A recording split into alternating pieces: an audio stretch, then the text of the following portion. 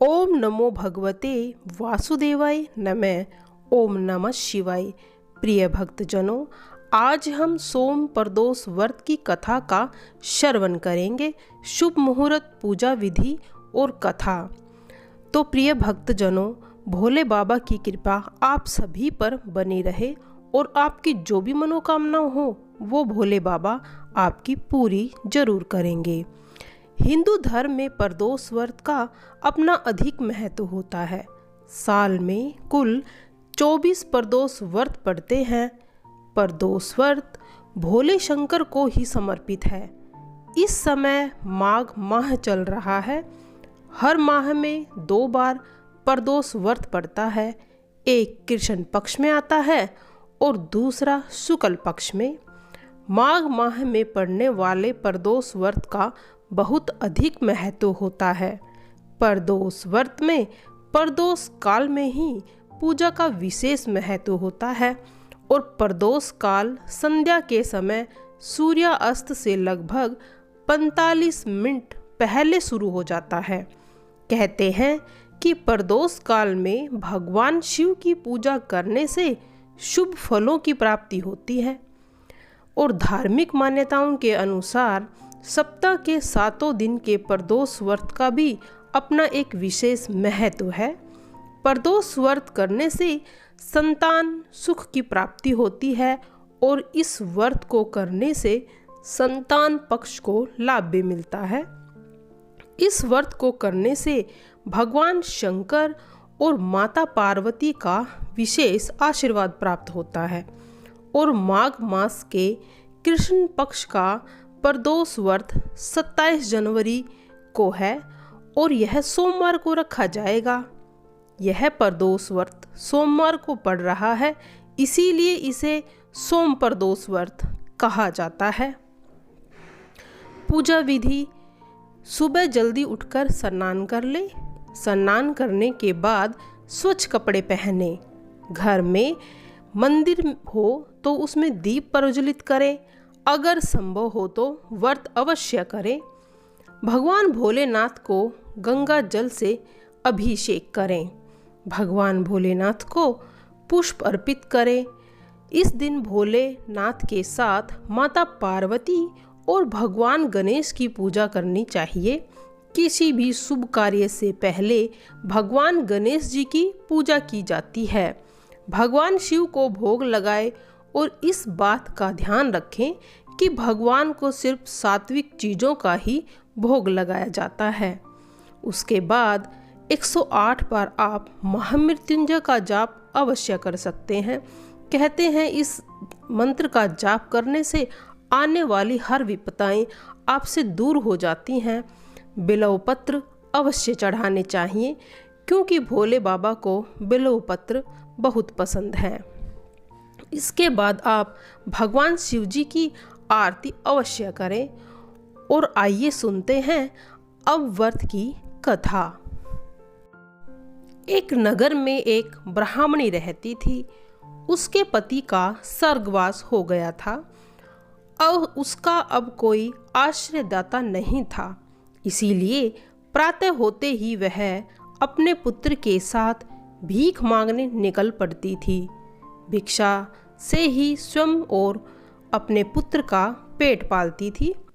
एक दिन ब्राह्मणी घर लौट रही थी तो उसे एक घायल लड़का अवस्था में मिला।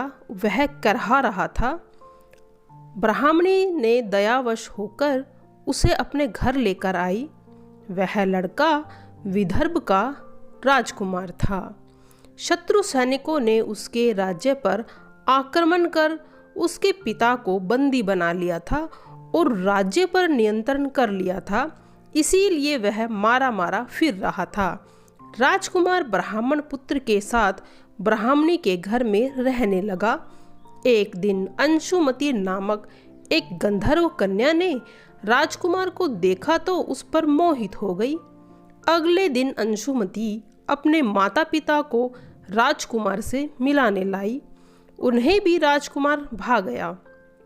कुछ दिनों बाद अंशुमती के माता पिता को शंकर भगवान ने स्वप्न में आदेश दिया कि राजकुमार और अंशुमती का विवाह कर दिया जाए। उन्होंने वैसा ही किया। ब्राह्मणी प्रदोष व्रत करती थी। उस व्रत के प्रभाव से गंधर्व राजा की सेना की सहायता से राजकुमार ने विंदर्भ से शत्रुओं को खदेड़ दिया और पिता के राज्य को पुनः प्राप्त कर लिया। राजकुमार ने ब्राह्मण पुत्र को अपना प्रधानमंत्री बनाया और इस तरह से ब्राह्मणी के प्रदोष व्रत के महात्म्य से जैसे राजकुमार और ब्राह्मण पुत्र के दिन फिरे, वैसे ही भगवान शिव अपने भक्तों के दिन भी फेरे। आइए अब प्रिय भक्तजनों, आज सोमवार है, तो आज सोमवार के दिन भगवान भोलेनाथ की कथा भी सुनते हैं। किसी नगर में एक धनी व्यापारी रहता था। दूर दूर तक उसका व्यापार फैला हुआ था। नगर में उस व्यापारी का सभी लोग मान सम्मान करते थे। इतना सब कुछ होने पर भी वह व्यापारी अंतर्मन से बहुत दुखी था, क्योंकि उस व्यापारी का कोई पुत्र नहीं था। दिन रात उसे एक ही चिंता सताती रहती थी। उसकी मृत्यु के बाद उसके इतने बड़े व्यापार और धन संपत्ति का कौन संभालेगा। पुत्र पाने की इच्छा से वह व्यापारी प्रति सोमवार भगवान शिव की पूजा व्रत किया करता था। सायंकाल को व्यापारी शिव मंदिर में जाकर भगवान शिव के सामने घी का दीपक जलाया करता था। उस व्यापारी की भक्ति को देखकर एक दिन पार्वती ने भगवान शिव से कहा, हे प्राणनाथ, यह व्यापारी आपका सच्चा भक्त है। कितने दिनों से यह सोमवार का व्रत और पूजा नियमित कर रहा है। भगवान, आप इस व्यापारी की मनोकामनाओं को पूरा क्यों नहीं करते। भगवान शिव ने मुस्कुराते हुए कहा, हे पार्वती, इस संसार में सबको उसके कर्म के अनुसार ही फल की प्राप्ति होती है। प्राणी जैसा कर्म करते हैं वैसा ही फल उनको मिलता है। इसके बावजूद पार्वती जी नहीं मानी। उन्होंने आग्रह करते हुए कहा, नहीं प्राणनाथ, आपको इस व्यापारी की इच्छा पूरी करनी ही पड़ेगी। यह आपका अनन्य भक्त है। प्रति सोमवार आपका विधिवत व्रत रखता है और पूजा अर्चना के बाद आपको भोग लगाकर एक समय भोजन ग्रहण करता है। आपको इसे पुत्र प्राप्ति का वरदान देना ही होगा। पार्वती का इतना आग्रह देखकर भगवान शिव ने कहा, आपके आग्रह पर मैं इस व्यापारी को पुत्र प्राप्ति का वरदान देता हूँ, लेकिन इस पुत्र की आयु 16 वर्ष ही है। उसी रात भगवान शिव ने स्वप्न में उस व्यापारी को दर्शन देकर उसे पुत्र प्राप्ति का वरदान दिया। उसके पुत्र के 16 वर्ष तक जीवित रहने की बात भी बताई। भगवान के वरदान से व्यापारी को खुशी तो हुई, लेकिन पुत्र की अल्प आयु की चिंता ने उसे की खुशी को नष्ट कर दिया। व्यापारी पहले की तरह सोमवार का विधिवत व्रत करता रहा, पूजा पाठ करता रहा। कुछ महीने के पश्चात उसके घर में अति सुंदर पुत्र उत्पन्न हुआ। घर में खुशियां मनाई गई। पुत्र जन्म से व्यापारी के घर में खुशियों से भर गया। बहुत धूमधाम से पुत्र जन्म का समारोह मनाया गया। व्यापारी को पुत्र जन्म की अधिक खुशी नहीं हुई, क्योंकि उसे पुत्र की अल्प आयु के रहस्य का पता था। यह रहस्य घर में किसी को उसने नहीं बताया। उसने अपनी पत्नी को भी इसके विषय में कुछ नहीं बताया। विद्वान ब्राह्मणों ने उस पुत्र का नाम अमर रखा। जब अमर 12 वर्ष का हुआ तो शिक्षा के लिए उसे वाराणसी भेजने का निश्चय किया। व्यापारी के मामा को बुलाया गया और कहा गया कि पुत्र को शिक्षा प्राप्त करने के लिए तुम वाराणसी छोड़ आओ। लड़का अपने मामा के साथ शिक्षा प्राप्त करने के लिए चल दिया।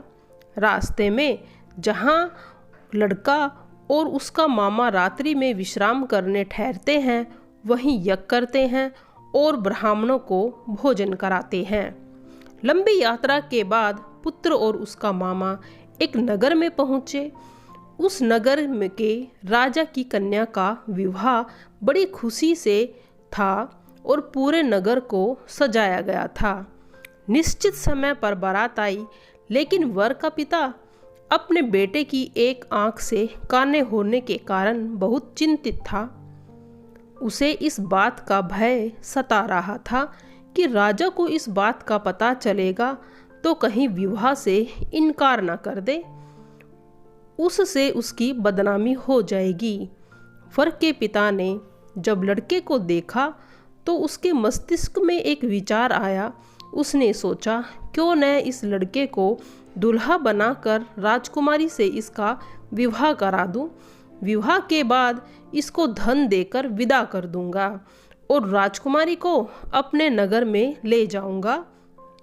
वर के पिता ने इसी संबंध में अमर और दीपचंद से बात की। मामा ने धन मिलने के लालच में वर के पिता की बात को स्वीकार कर लिया। लड़का दूल्हे के वस्त्र पहनकर राजकुमारी से विवाह करा दिया गया। राजा ने बहुत सा धन दिया और धन देकर राजकुमारी को विदा किया। परंतु जब राजकुमार जा रहा था, जब लड़का जाने लगा तो वह उस सच को छुपाना नहीं चाहता था। उसने राजकुमारी के चूंदड़े के लिए लिख दिया कि हे राजकुमारी, मेरा विवाह तो तेरे साथ हुआ है, मैं तो वाराणसी में पढ़ने जा रहा हूँ। जब राजकुमारी ने ऐसा लिखा पाया तो राजकुमार के जाने से मना कर दिया और कहा, यह मेरा पति नहीं है, इसका विवाह मेरे साथ नहीं है, वह तो वाराणसी में गया हुआ है। जब लड़की के पिता को इस बात की भनक हुई तो उन्होंने अपनी लड़की को विदा नहीं किया और बारात वापस चली गई। उधर सेठ का लड़का जो था, उसकी आयु 16 वर्ष हुई तो उन्होंने एक दिन यज्ञ रचा रखा था और यज्ञ की समाप्ति पर ब्राह्मणों को भोजन कराया, खूब अन्न वस्त्र दान किए। रात को लड़का अपने सोने के कक्ष में सो गया। शिव के वरदान के अनुसार शयन अवस्था में ही उसके प्राण निकल गए। सूर्य उदय होने पर जब उसके लड़के के मामा ने उसे मर्त देखा तो रोने पीटने लगा, परंतु वह सोचने लगा, यदि मैं जोर जोर से रोऊंगा तो सभी लोग मेरी आवाज़ को सुनकर आएंगे और जो मैंने यज्ञ का कार्य रखा हुआ है वह तो अधूरा रह जाएगा। तो अब क्या था, लड़के के मामा ने बहुत सारा यज्ञ का जो कार्य था उसे पूरा किया। पूरा करने के बाद वहाँ जोर जोर से रोने लग गया। वहीं से शिव और पार्वती जी के साथ अदृश्य रूप में समीप जाकर पुत्र को देखा तो पार्वती जी बोलने लगी, यह तो उसी व्यापारी का पुत्र है, मैंने इसे 16 वर्ष की आयु का वरदान दिया था, इसकी आयु पूरी हो चुकी। पार्वती जी ने फिर शिव जी से निवेदन किया कि हे प्राणनाथ, आप इस लड़के को जीवित करो, नहीं तो इसके माता पिता तो पुत्र के वियोग के कारण ही तड़प तड़प कर मर जाएंगे। इस लड़के का पिता तो आपका परम भक्त है और वह कई वर्षों से सोमवार का व्रत करता है और आपको भोग लगा रहा है। पार्वती के बार बार आग्रह करने पर भगवान शिव ने उस लड़के को जीवित होने का वरदान दे दिया और कुछ पल में ही वह लड़का जीवित हो गया। शिक्षा समाप्त करके वह लड़का और मामा अपने उसी नगर में चल दिए जहाँ पर उसका विवाह हुआ था। उस नगर में लड़के ने यज्ञ का आयोजन किया। समीप से गुजरते हुए ही राजा ने यज्ञ का आयोजन देखा। राजा ने लड़के को तुरंत पहचान लिया। यज्ञ समाप्त होने पर राजा ने लड़के और उसके मामा को महल में ले गए। कुछ दिन उन्हें महल में रखकर बहुत सारा धन दिया और राजकुमारी के साथ उसको विदा कर दिया। रास्ते में सुरक्षा के लिए राजा ने बहुत से सैनिकों को भेजा था। अब नगर में पहुंचते ही एक दूत को भेजकर उनके माता पिता के पास सूचना भेजी कि आपका पुत्र अपनी स्त्री के साथ बहुत सारा धन लेकर आया हुआ है। तो सेठ ने अपनी पत्नी के साथ स्वयं को एक कमरे में बंद रख रखा था। भूखे प्यासे रहकर व्यापारी और उसकी पत्नी बेटी की प्रतीक्षा कर रहे थे। उन्होंने यह प्रतिज्ञा रखी थी, यदि उन्हें अपने बेटे की मृत्यु का समाचार मिलेगा तो दोनों अपने प्राण खो देंगे। व्यापारी अपनी पत्नी और मित्रों के साथ नगर के द्वार पर पहुंचा। अपने बेटे के विवाह का समाचार सुनकर अपनी पुत्र वधू को देखकर खुशी का ठिकाना ना रहा। उसी रात भगवान शिव ने व्यापारी के स्वप्न में आकर कहा, हे श्रेष्ठी, मैंने तेरे सोमवार के व्रत करने और व्रत कथा सुनने से प्रसन्न होकर तेरे पुत्र की लंबी आयु प्रदान की है। व्यापारी बहुत प्रसन्न हुआ। सोमवार का व्रत रखने से व्यापारी के घर में खुशियाँ लौट आई और शास्त्रों में भी लिखा है कि जो स्त्री पुरुष सोमवार को व्रत पूजा और विधिवत करेंगे उनकी सभी इच्छाएं पूरी होंगी। भगवान भोलेनाथ की उन पर असीम कृपा प्राप्त होगी। तो आइए सुनते हैं भगवान भोलेनाथ की आरती। जय शिव ओमकारा, भज शिव ओमकारा, ब्रह्मा विष्णु सदा शिव अर्धांगी धारा। ओम जय शिव ओमकारा, एकानन चतुरानन पंचानन राजे, हंसासन गरुड़ासन वृषवाहन साजे। ओम जय शिव ओमकारा। दो भुज चार चतुर्भुज, 10 भुज अति सोहे, त्रिगुण रूप निरखता, त्रिभुवन जन मोहे। ओम जय शिव ओमकारा। अक्षमाला बनमाला रुंडमाला धारी, चंदन मृग मद सोहे, भाले शशिधारी। ओम जय शिव ओमकारा। श्वेतांबर पीतांबर बाघांबरी अंगे, सनकादिक ब्रह्मादिक भूतादिक संगे। ओम जय शिव ओमकारा। कर के मध्य कमंडल चक्र त्रिशूल धरता, जग करता जग भरता, जग संहार करता। ओम जय शिव ओमकारा। ब्रह्मा विष्णु सदाशिव जाननत अविवेका, प्रणयाक्षर के मध्य ये तीनों एका। ओम जय शिव ओमकारा। काशी में विश्वनाथ विराजे, नंदी ब्रह्मचारी, नित्य उठी भोग लगावत, महिमा अति भारी। ओम जय शिव ओमकारा। त्रिगुण शिव जी की आरती जो कोई नर गावे, कहत शिवानंद स्वामी, कहत हरि हर स्वामी, मन वांछित फल पावे। ओम जय शिव ओमकारा। भज शिव ओमकारा, जय शिव ओमकारा। ओम जय ओमकारा शिव जी। हे मेरे भोले बाबा, आप सभी पर अपनी कृपा बनाए रखें। प्रिय भक्त जनों पर अपनी कृपा बनाए रखें। उनकी सभी मनोकामनाओं को पूर्ण कीजिए। जय भोले बाबा, तेरी सदा ही जय हो।